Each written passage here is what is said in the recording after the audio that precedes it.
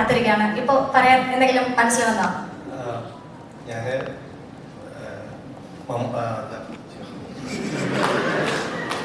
Kannur squad എന്ന് പറയുന്ന സിനിമയില് ഒരു സീൻ സാറിനോടൊപ്പം ചെയ്തിരുന്നു.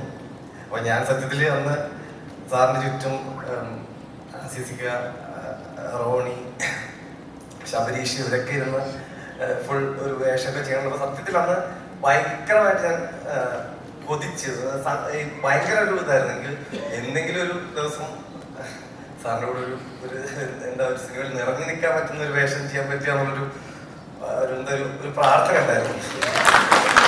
എന്നിട്ട് എന്റെ കൂടെ നിറഞ്ഞു നിന്ന ഒരു വിനായകന്റെ കൂടെ എന്തായാലും ഇപ്പൊ സംഭവിച്ചു. ഡൈസീറെ കണ്ടു ആരെങ്കിലും? പൊളിച്ചിട്ടില്ലേ? എന്ത് വേണം?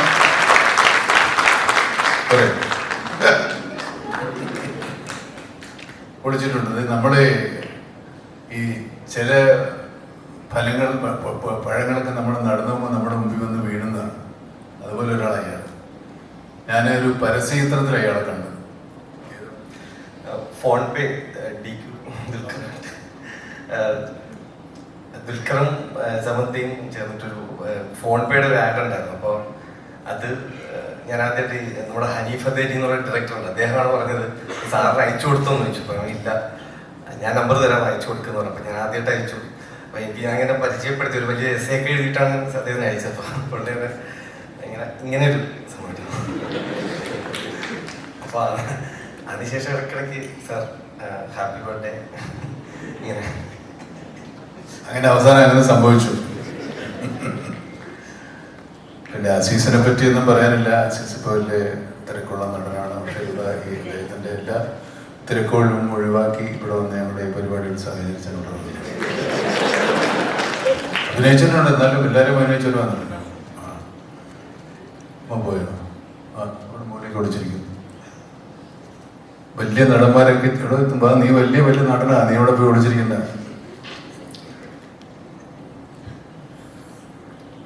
നീ എന്താ വേണ്ടത്? നമുക്ക് ഒരു ചോദ്യം ചോദിക്കാനുണ്ട്. അതിന്റെ ഉത്തരം ഓൾറെഡി നമുക്ക് തന്നു. ഈ ട്രെയിലർ ടീസറിൽ നമ്മളിപ്പോ കണ്ടപ്പോ അതിലെ വിനായകൻ എന്ന പേര് എഴുതി കാണിക്കുമ്പോ 2 കളറിലാണ് വന്നത്.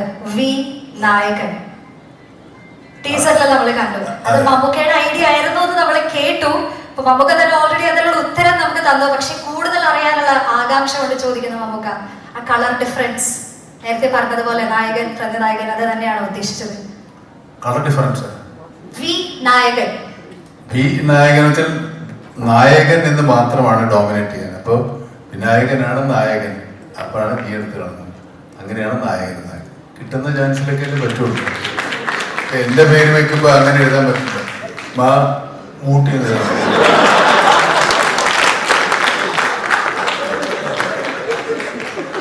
അങ്ങനെ പറ്റില്ല. അപ്പൊ അതാണ് അങ്ങനെ വിനായകൻ ആയതുകൊണ്ട് മാത്രമാണ് നടക്കുന്നത്.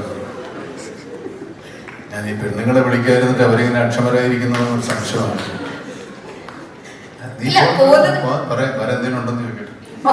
നമ്മുടെ ഏറ്റവും ഇമ്പോർട്ടന്റ് ആയിട്ടുള്ള ഒരു പാട്ട് ഇതുവരെ കഴിഞ്ഞിട്ടില്ല മമ്മൂക്ക. ഇപ്പൊ നമ്മള് വി നായകൻ എന്ന് പറഞ്ഞതുപോലെ 30 വർഷത്തോളം സിനിമയിൽ സജീവമായി നിൽക്കുന്ന ഓരോ കഥാപാത്രത്തിലും അദ്ദേഹത്തിൻ്റെതായ തനത് ശൈലിയിൽ എക്സെൻട്രിക് ആയി അവതരിപ്പിച്ച് നമ്മളെ കൈയർപ്പിക്കുന്ന അഭിനേതാവ് തന്നെയാണ്.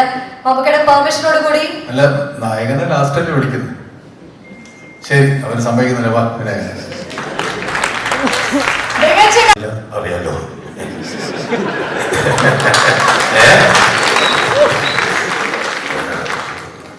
ലൈഫിൽ നടക്കുന്ന ചില സംസാരിക്കാൻ അറിയാമെങ്കിലും നന്നായിട്ട് അഭിനയിക്കാൻ അറിയാം.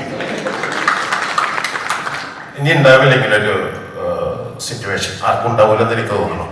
അത്ര ഭാഗ്യമുള്ളവനായ വിനായകൻ. സന്തോഷം.